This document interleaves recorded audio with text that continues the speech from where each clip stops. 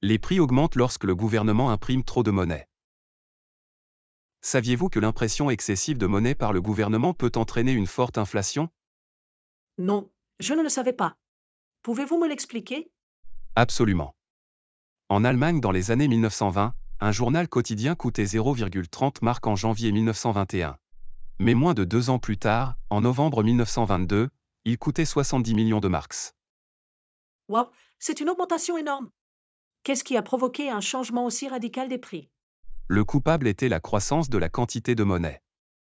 Le coupable était la croissance de la quantité de monnaie. La valeur de cette monnaie chute, ce qui entraîne une forte inflation. Je vois.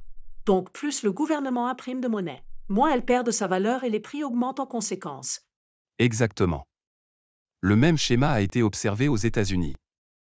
L'inflation élevée des années 1970 était associée à une croissance rapide de la quantité de monnaie, tandis que la faible inflation des années 1990 était liée à une croissance lente de la masse monétaire. C'est vraiment intéressant. Je ne savais pas que le lien entre l'impression monétaire et l'inflation était si direct. C'est un principe économique fondamental. Maintenir l'inflation à un niveau bas est un objectif clé pour les décideurs politiques du monde entier, car une inflation élevée peut imposer divers coûts à la société.